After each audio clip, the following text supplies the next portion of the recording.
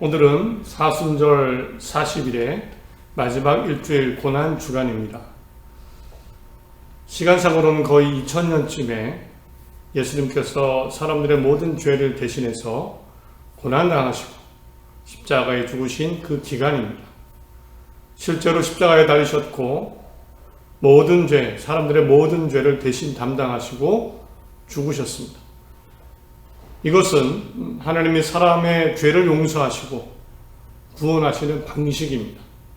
우리 대신에 예수님을 죽게 하시고 구원에 이르게 하셨습니다. 그래서요, 예수님의 십자가에서의 대신 죽으심을 믿을 때 모든 죄의 심판이 사라집니다. 이유는 하나님께서 예수님의 죽음으로 우리의 죄의 대가를 치루었다라고 인정해 주시기 때문입니다. 그래서 믿음만 있으면 됩니다. 어떤 죄도 용서받고 깨끗함을 인정받습니다. 그리고 깨끗한 사람만이 갈 수 있는 천국, 하나님 나라에 들어갈 수 있습니다. 이것이 인간을 위해서 하나님이 만드신 약 2000년 전에 일어난 예수님의 십자가 죽으심으로 일어난 일입니다. 그리고 오늘 고난주간은 예수님의 대신 이 죽으심을 기억하는 그 일주일입니다. 한 주간 예수님의 대신 받으신 고난, 대신 십자가의 죽으심을 떠올리시기 바랍니다. 그리고 내 믿음과 구원을 떠올려 보시기 바랍니다.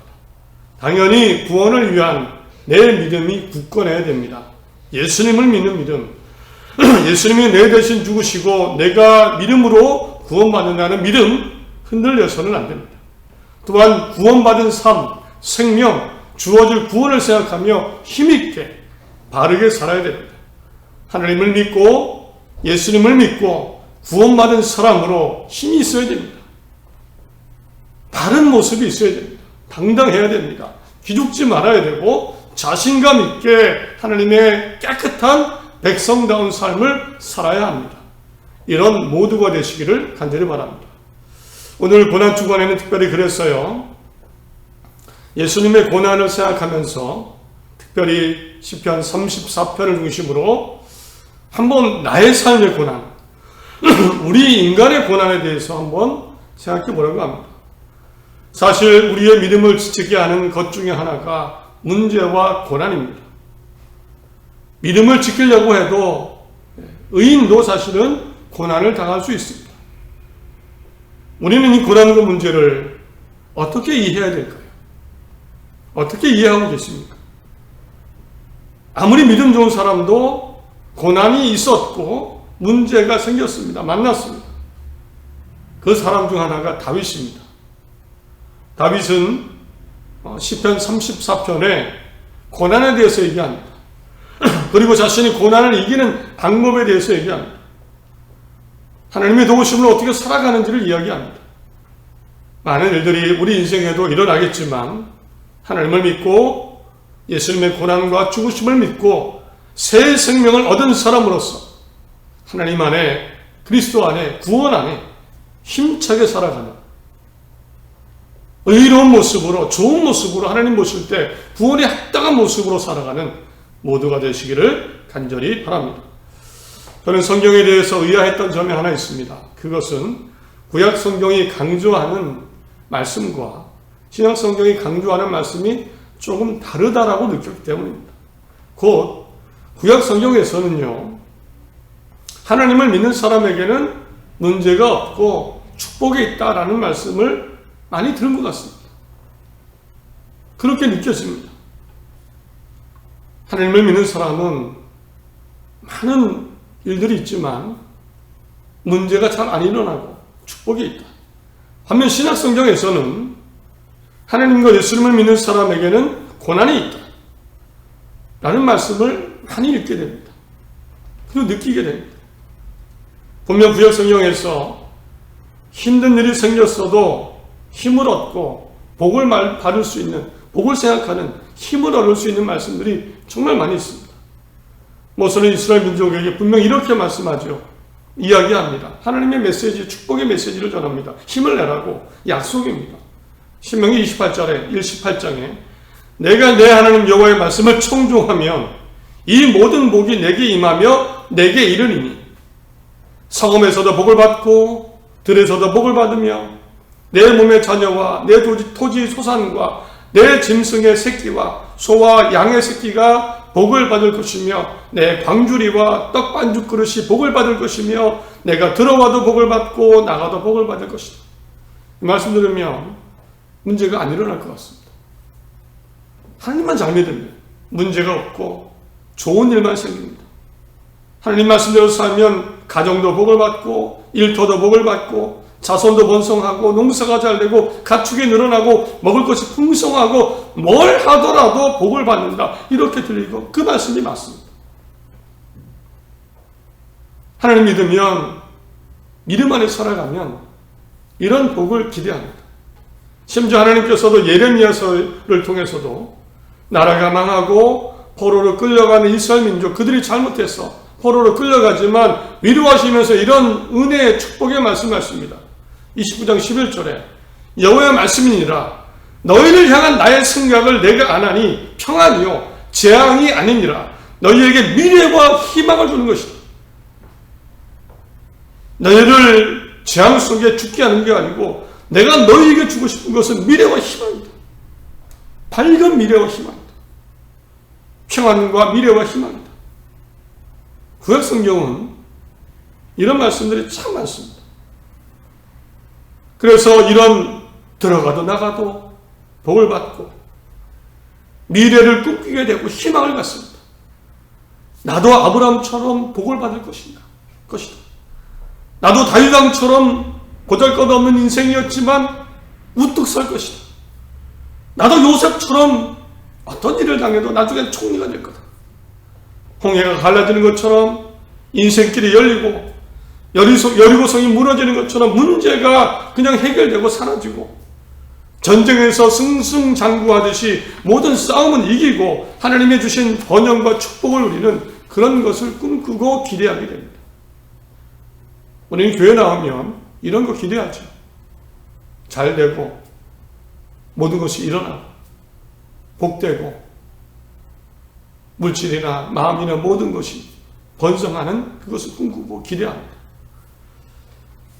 구약 성경에 이런 말씀 많이 있습니다. 저도 들으면서 묵상하며 위로를 받습니다. 그런데 신약 성경으로 오면 분위기가 많이 달라집니다. 먼저 예수님이 가르쳐 주신 기도, 주기도는 이런 내용이 있습니다. 마태복음 6장을 보면 오늘 우리에게 일용할 양식을 주시옵고, 일용할 양식은 오늘 쓸 음식입니다. 오늘 필요한 만큼의 양의 음식을 말씀하는 겁니다. 풍성하고 차고 넘치는 게 아니라 오늘 먹을 양식입니다. 딱 알맞는. 마태복음 6장 24절에 또 이렇게까지 말씀하시죠. 한 사람이 두 주인을 섬기지 못할 것이니 혹 이를 미워하고 저를 사랑하거나 혹 이를 중히 여기고 저를 정히 여김이라. 너희가 하나님과 재물을 겸하여 섬기지 못하느니라. 마음이 깜짝 놀랐죠. 하나님을 사랑하는 거하고 재물을 생각하는 거 두 가지 함께 못한다. 하나님을 사랑하고 섬기려는 사람은 재물을 내려놔야 된다. 이런 말씀도 같습니다. 재물에 마음을 두면 하나님을 제대로 사랑할 수 없다. 구약 성경과 사뭇 다릅니다. 분위기가. 사실 예수님은 한 번도 구약 성경의 부유함을 말씀하신 적이 거의 없습니다. 상업에서도 들에서도 자녀와 내 토지 소산이 복을 받고 내 광주리와 떡반죽 그릇과 들어가도 나가도 복을 받는다라는 말씀 하신 적이 없습니다. 사실 현실적으로 상황이 반대였죠. 오죽하면 떡 5개와 물고기 2마리로 수천 명을 먹이시려고 기적을 행하셨을까요? 사실은 떡 5개, 물고기 2마리밖에 그것도 없는 상황이었습니다. 현실적으로는.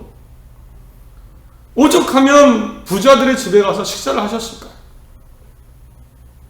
예수님 넉넉하지 않으셨습니다.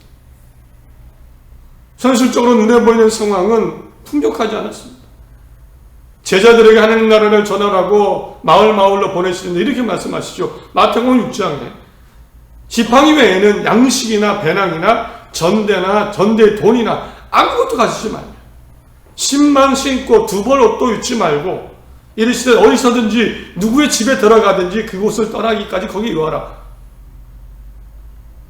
너 뭐가 생기면 제대로 복음 전파 못할 거다. 그러니 지팡이 말고 가지지 마라. 신발도 한 켤레, 옷도 2벌 가지지 마라. 어디 가서는 그 집에 머물면서 음식을 먹으면서 복음을 전해라.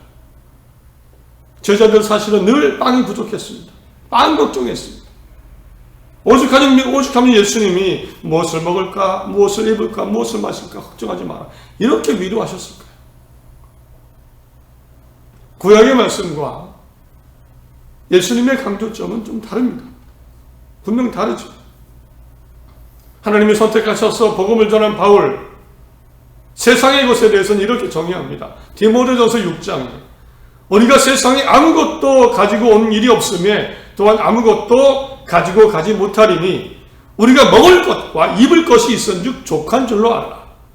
부하려 하는 자들은 시험과 올무와 여러 가지 어리석음과 해로운 욕심에 떨어지나니 곧 사람으로 파멸과 멸망에 빠지게 하는 것이다. 돈을 사랑함이 일만하게 뿌리가 되나니 이것을 탐내는 자들은 미혹을 받아 믿음에서 떠나 많은 근심으로써 자기를 찔렀도다.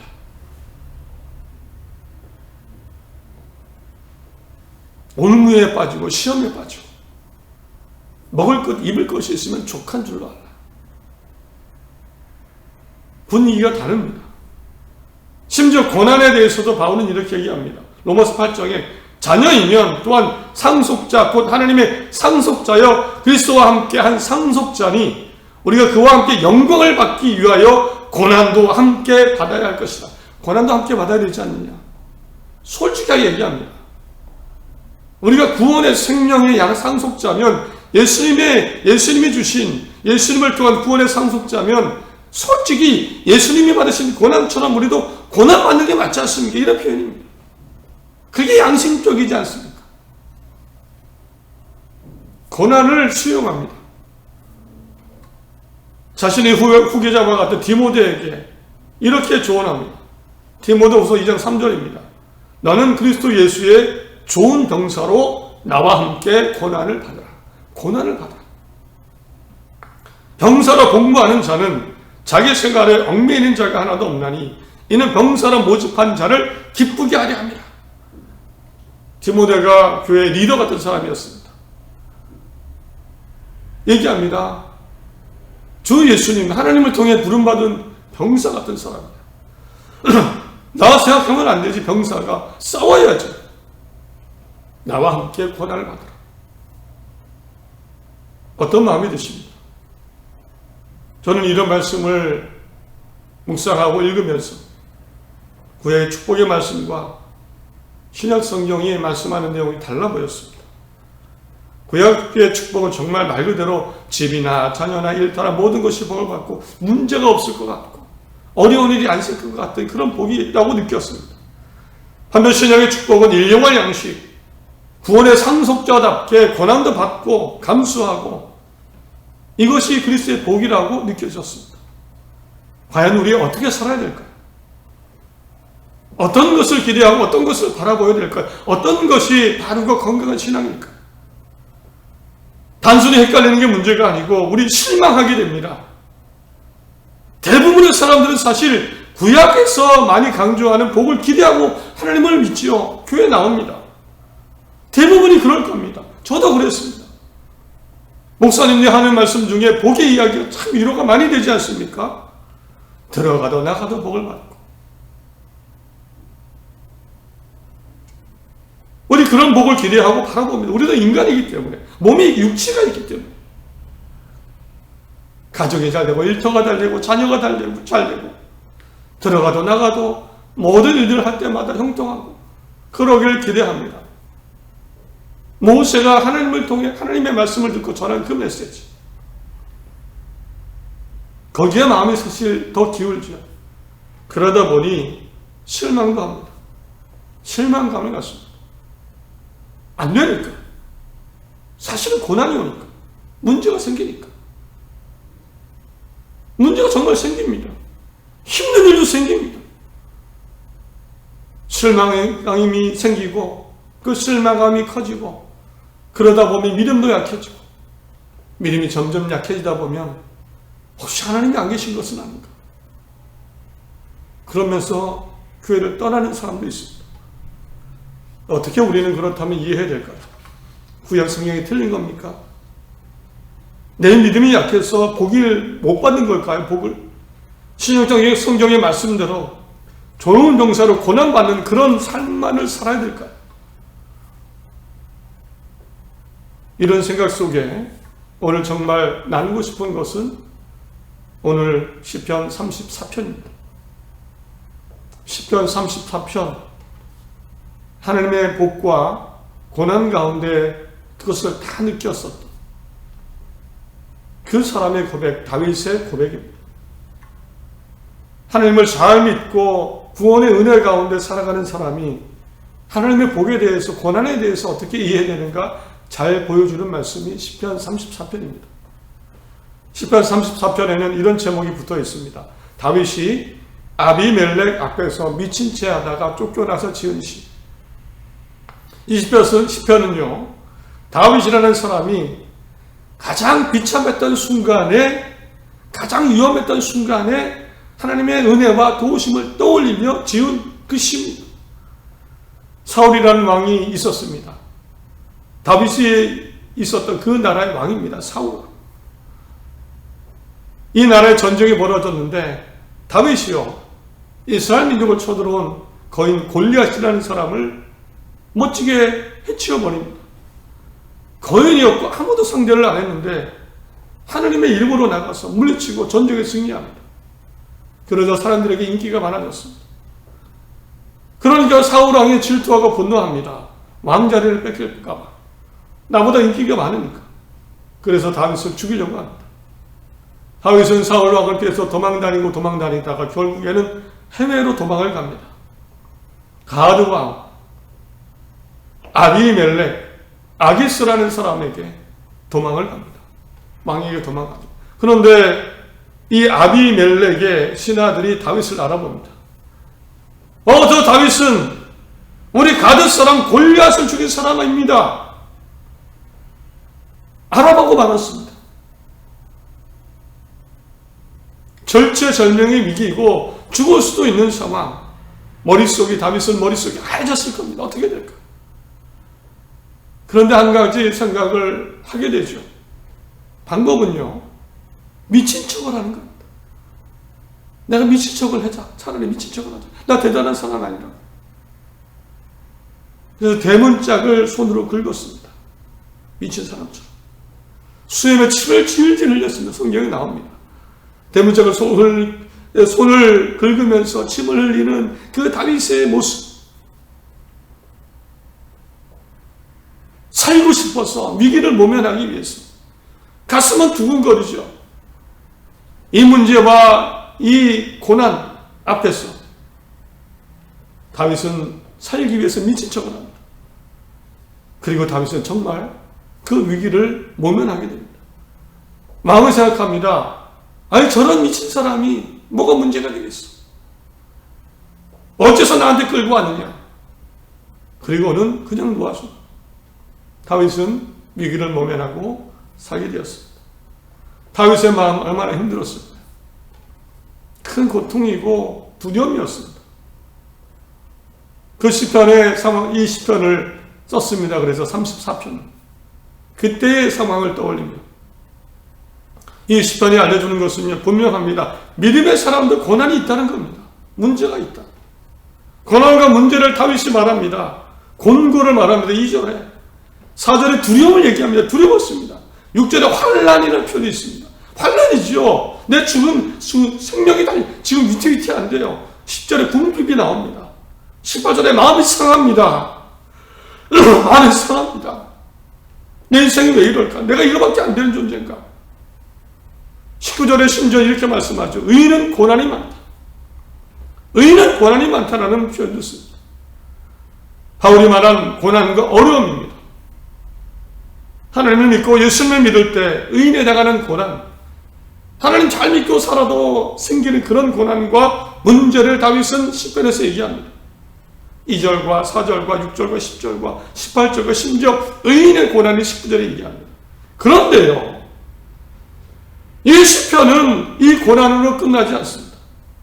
고난의 뒤에 이어서 나오는 하나님의 은혜와 복을 얘기합니다. 2절입니다. 내 영혼이 여호와를 자랑하니 공고한 자들이 이를 듣고 기뻐하리로다. 공고해서 기쁨으로 바뀝니다.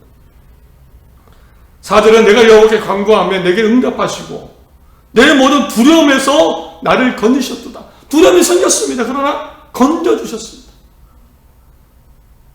이 공고한 자가 6절입니다. 이 공고한 자가 부르짖으며 여호와께서 들으시고 그의 모든 환난에서 구원하셨도다. 환난에서 구원하셨습니다. 환난이 있었지만 구원하셨습니다. 10절에 젊은 사자는 궁핍하여 줄일지라도 여호와를 찾는 자는 모든 좋은 것에 부족함이 없으리로다. 젊은 사자 얼마나 능력이 많습니다. 궁핍하지만 여호와를 찾는 자는 모든 좋은 것에 부족함이 없습니다. 좋은 것은 부족하지 않을 것이다. 18절 여호와는 마음이 상한 자를 가까이 하시고 중심으로 통회하는 자를 구원하신다. 마음이 상하지만 마음을 회복하시고 구원하십니다. 마음을 살려주십니다. 그리고 19절에 의인은 고난이 많으나 여호와께서 그 모든 고난에서 건지셨다. 시편 34편이 보여주는 것, 믿음으로 살아도 고난과 문제가 생길 수 있다는 겁니다. 생기기도 합니다. 생기기도 합니다. 그러나 진정한 복은 무엇입니까? 하나님이 함께 하시는 겁니다. 건지시고 구원하시고 부족함이 없게 하시고 건져주시고 두려움을 가져가 주시고 상한 마음을 치유하시고 결국엔 부족함이 없게 하시고 살아가게 하시고 이것이 복이라는 겁니다. 뒤돌아보면 다 느낄 겁니다.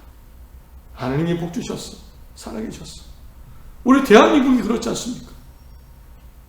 이런 나라가 어디 있습니까? 그 전쟁의 폐해와 어려움 속에서도 뒤돌아보니까 이런 나라가 되었습니다. 하나님이 축복하셨음을 저는 믿습니다. 고난과 문제가 있지.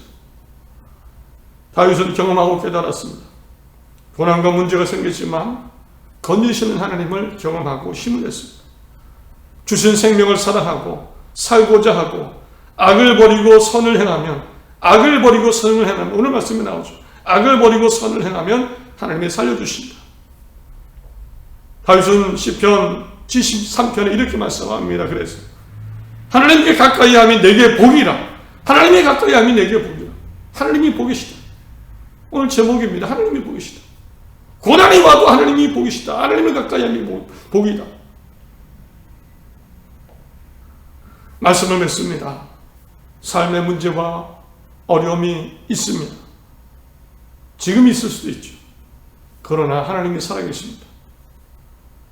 또 하나님이 우리를 구원하시려고 예수님을 죽게 하셨고 우리에게는 구원이 있습니다. 그 예수님의 고난을 기억하는 고난 주간을 우리는 기쁨과 감사로 보내고 있습니다. 구원을 기억합니다. 하나님의 사랑을 기억하시기 바랍니다.